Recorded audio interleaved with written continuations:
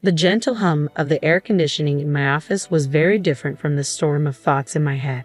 My name is Anna, and I'm a 28-year-old lawyer. My life now is very different from my chaotic childhood, which I keep hidden even from my closest friends. The quiet of my office was broken by the ringing of my phone. It was an unknown number, but it felt strangely familiar. I picked up the phone with a nervous hand. "Speaking," I said, trying to sound professional and careful. "Anna, it's your father," said the voice. There was a nervousness in his voice that made me feel uneasy. A chill ran through me. It had been over 10 years since I last heard that voice. A voice that used to mean safety and love but now symbolized betrayal and pain. "Why are you calling me?" I asked, my voice sharp as it cut through the silence after he introduced himself. "I'm in trouble, Anna. I need your help with money," he said, his voice cracking a little. Even though he might have been sincere, his request made me feel angry and resentful. "You need my help now, after all these years?" I replied, feeling a mix of disbelief and anger.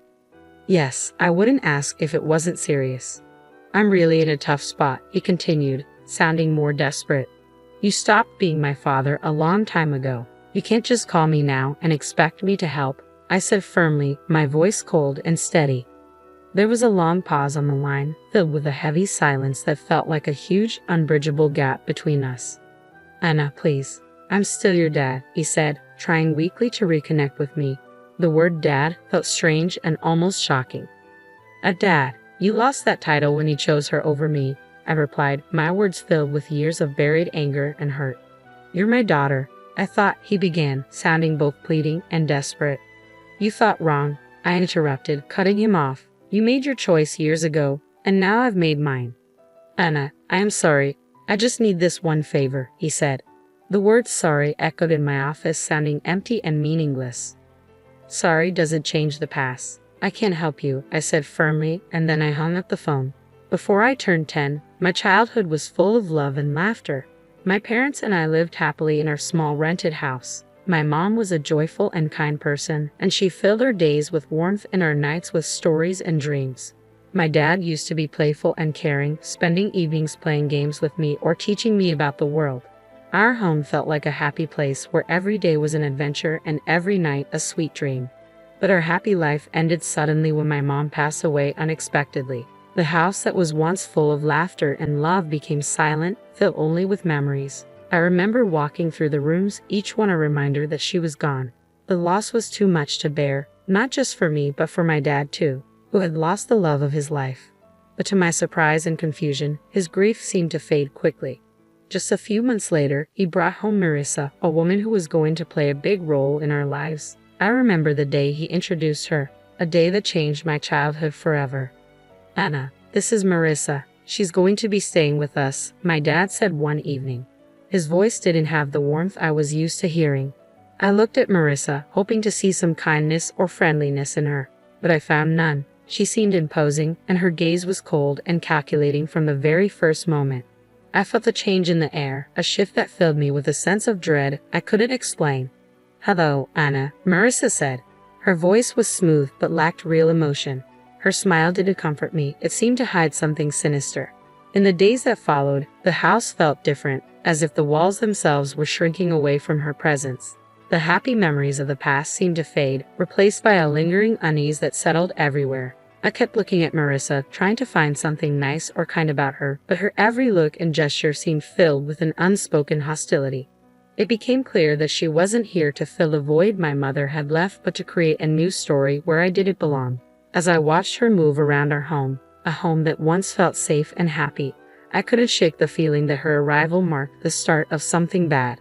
The way she looked at me with eyes that seemed to hide more than they showed made me worry about the future. After Marissa arrived, it felt like I was living in a nightmare I couldn't escape. The house, once filled with my mother's laughter and love, now felt cold and unwelcoming. Marissa's presence cast a shadow over everything, turning even simple daily routines into struggles. One morning, as I sat down for breakfast, I noticed my food tasted unusually salty. "Marissa, did you put too much salt in this?" I asked hesitantly. "Oh, did I? It must have been a mistake. Just eat it, Anna. Don't be so picky," she replied, her tone dismissive and almost mocking. The incidents became more frequent and mean-spirited. I remember finding my clothes ruined after they were washed. "Marissa, my clothes are all faded. What happened?" I asked one day, holding up my favorite dress, now discolored and unwearable. She glanced at it and shrugged nonchalantly. "Maybe the washing machine is acting up, or perhaps it's time you stop wearing such childish clothes." I felt a surge of frustration but knew arguing would only make things worse. Feeling helpless, I turned to my dad, hoping he would see through her act. "Dad, Marissa is ruining my things. She's always mean to me," I said one evening, my voice trembling with anger and sadness. But my dad's reaction was not what I had hoped for. "Anna, you're just imagining things. Marissa is trying her best to fit into our family. Stop causing trouble," my dad said firmly, and his words hurt deeply. Every day felt like a struggle, dealing with Marissa's hostility and my dad's indifference. The home that used to be a safe haven now felt like a prison. I began spending more time in my room, trying to escape the constant tension. Living in that unhappy house made me feel alone and misunderstood. The safety and happiness that once filled our home were replaced by fear and anxiety. I missed the past when my mom's smile could brighten up the whole room, so different from the darkness that now filled every corner. Living with Marissa became a daily challenge of avoiding her and putting up with her cruelty. Her hostility towards me started with small things like pinching my arm or twisting my stomach, always in places I could hide under my clothes. The pain was sharp and a constant reminder of how helpless I felt. I started coming up with ways to avoid her, always being careful about where she was in the house. I would take long routes to my room or wait until she was busy before I moved around. Even with these efforts, there were times when she caught me off guard, and those moments always ended in pain. One day, while I was quietly reading in the living room, Marissa walked in and, for no reason, pinched my arm hard, her nails digging into my skin. I winced in pain but kept myself from crying out. She looked at me with a cold, smug smile before walking away. During one of Grandma's rare visits, she noticed how I was moving cautiously and flinching whenever Marissa's voice echoed through the house. "Anna, is everything okay at home?" Grandma asked, sounding worried. I looked at her, wanting to tell her the truth but afraid and wanting to protect her from worry. "Yes, Grandma, everything's fine, just a lot of schoolwork," I lied, forcing a smile. She seemed unsure but didn't press further. I felt guilty for lying to her but couldn't stand the thought of causing her any stress. That evening, as Grandma was leaving, I saw Marissa watching from the window with a satisfied look on her face. It was clear she enjoyed having control over me, that she could hurt me and get away with it. Her smug expression was a clear sign that she saw herself as the one in charge and me as a powerless victim in her cruel game.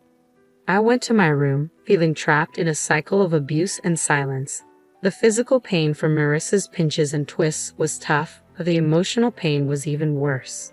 School was my escape, a place where I could briefly forget the misery at home. But even at school, the shadows of my home life began to follow me. Mrs. Thompson, my kind-hearted teacher who always encouraged us, noticed something was wrong. One day, as I handed in my homework, she gently took my wrist and saw the bruises on my arm. "Anna, what happened here? These look like bruises," she said, sounding worried. I quickly pulled my arm back, covering the bruises with my sleeve. "It's nothing, Mrs. Thompson. I fell while playing," I lied, not meeting her eyes. Mrs. Thompson didn't seem convinced. "Anna, if something is wrong or if someone is hurting you, you can tell me. It's important to speak up," she said, looking at me with concern. I wanted to tell Mrs. Thompson everything about Marissa and how I lived in fear, but I couldn't find the words. Instead, I forced a smile and said, "Really, Mrs. Thompson, I'm fine. It was just a silly accident."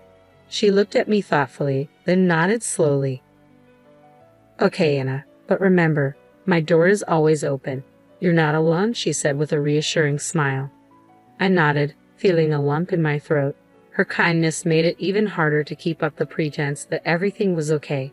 As I walked home, Mrs. Thompson's words echoed in my mind. I felt grateful for her concern, but also deeply lonely, carrying my burdens alone. The idea of telling the truth about my home life was frightening. I worried about what Marissa might do if she found out I had talked to someone. That night at dinner, I was quiet, lost in thoughts about Mrs. Thompson's offer to help. Marissa noticed my silence. "Why so quiet tonight?" Anna, cat got your tongue? She asked, her tone mocking. I just shook my head and kept eating, trying to make myself as small and invisible as possible. After dinner, lying in bed, I felt overwhelmed by my situation. Mrs. Thompson's concern showed me that people cared, but I was still too afraid to speak up. I was stuck between wanting to tell someone and fearing what Marissa might do if she found out. The day Mrs. Thompson decided to involve my father was filled with anxiety for me. I sat nervously in the principal's office, worried about how my father would react. When he finally arrived, he looked stern and embarrassed. "What's going on, Anna? Why did the school call me here?" he asked sharply as he walked in. I looked at Mrs. Thompson, hoping for support. Trying to steady my voice, I said, "Dad, Mrs. Thompson saw. She saw the bruises, feeling his intense gaze on me. Before I could explain more, he interrupted, his anger clear. "Bruises? What are you talking about? Are you making up stories again?" Mrs. Thompson spoke up, her voice calm but firm. "Mr. Smith, I'm worried about Anna. The bruises on her arm don't seem accidental. We need to look into this." My father's face grew red with anger. "She's perfectly safe at home. Anna, are you spreading lies about our family?" he asked, clearly disappointed in me. The tears I had been holding back started to fall. "It's not lies, Dad. Marissa, she's been hurting me." I finally told the truth, but he looked completely shocked. "Marissa? That's absurd. She's been nothing but kind to you. I won't let you accuse her like this," my father said. "But Dad, it's the truth," I cried, trying to make him believe me. He stood up abruptly, losing patience. "That's enough. Tell Mrs. Thompson you made it all up." I turned to Mrs. Thompson and repeated his words. She nodded but didn't say anything. When we got home, my father locked me in my room without another word. Through the door, I could hear Marissa's voice, pretending to be concerned. "I told you she's just seeking attention," she said. I sat on my bed, feeling completely alone and hopeless. The one person I thought I could always rely on had turned away from me. My room, which used to be my safe place, now felt like a prison. I lay there, thinking about everything that had happened. The physical pain from Marissa was hard, but the real hurt came from being disbelieved and punished by my own father. It was a harsh realization that the person who was supposed to protect and love me was now causing me the most pain. The days I spent locked in my room were some of the darkest I'd ever known. Feeling trapped and alone, I knew my only hope was my grandmother. She was always kind and loving, but I had never wanted to burden her with my troubles. One evening, when I was sure Marissa and my father were busy, I gathered the courage to call my grandmother. My hands were shaking as I dialed her number. "Hello," her familiar, warm voice answered. "Grandma, it's me, Anna," I said, trying to keep my voice calm. "Anna, my dear, how are you?" she asked, with genuine care in her voice. Tears filled my eyes as I said, "Grandma, I need help. Can I come and stay with you for a while?" There was a pause on the other end. "What's wrong, Anna? Did something happen?" I took a deep breath and let the words spill out. "It's Marissa. She's been hurting me, and Dad won't believe me. I don't know what to do." I could hear my grandmother's concern as she quickly said, "Of course, dear, come right over." The next day, my grandmother arrived. She was small, but her presence was powerful. She confronted my father with surprising strength. "John, I'm taking Anna with me. She's not safe here," she said firmly. My father, surprised, tried to argue. "Mom, you can't just take her. She's my daughter." "Your daughter whom you're failing to protect," she shot back. "I won't stand by and let her suffer." Marissa tried to stop her. "She's just a child making up stories. You can't believe her over us." Grandma looked at Marissa with a steely gaze. "I can see a scared child when I see one. Anna is coming with me. If you try to stop me, I'll take this to the authorities." Seeing that he was outmatched, my father didn't argue anymore. As I packed my things, I noticed Marissa's defiant look change to one of defeat. Leaving the house with my grandmother, I felt a huge weight lift off my shoulders. For the first time in months, I felt safe. The car ride to Grandma's was quiet, but her presence was comforting. When we arrived, she turned to me and said, "You're safe now, Anna. You don't have to worry anymore." In Grandma's house, I found the love and security that had been missing from my life. It was a place where I could heal and regain my strength.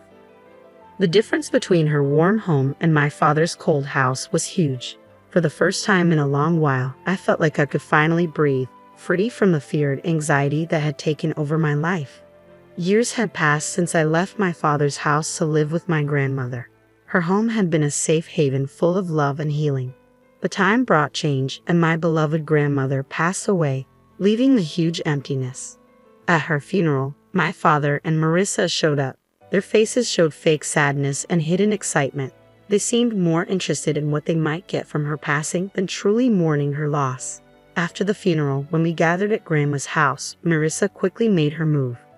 "Well, Anna, I guess you'll need to find a new place to live now. This house and everything in it belongs to your father now," she said, her voice barely hiding her pleasure. My father nodded, looking around as if planning what to do with the house. I couldn't help but smile, which seemed to confuse them. "Actually, you're wrong," I said confidently, surprising them with my tone. "What do you mean?" my father asked, looking confused. I took a deep breath, enjoying the moment. "Grandma left a will. She left the house and a lot of money to me," I explained, watching their faces go from confused to shocked. "But you're just a child. I'm your father. I should be in charge of your inheritance," my father stammered, clearly feeling entitled. Marissa added, her voice sharp, "Yes, until you're of age, your father will manage your property." Their reactions were almost funny. "You didn't even bother to wish me a happy birthday. I turned 18 a month ago. I'm legally an adult now. I make my own decisions," I said firmly, enjoying the look of realization on their faces. My father's expression changed from shock to anger and then to a desperate plea. "Anna, you can't do this. We're your family," he said, trying to convince me. I looked at them, old memories flooding back. "You stopped being my family a long time ago," I said calmly. Marissa stepped forward, now begging. "Please let us stay in the house. We have nowhere else to go. We didn't renew our lease." I shook my head.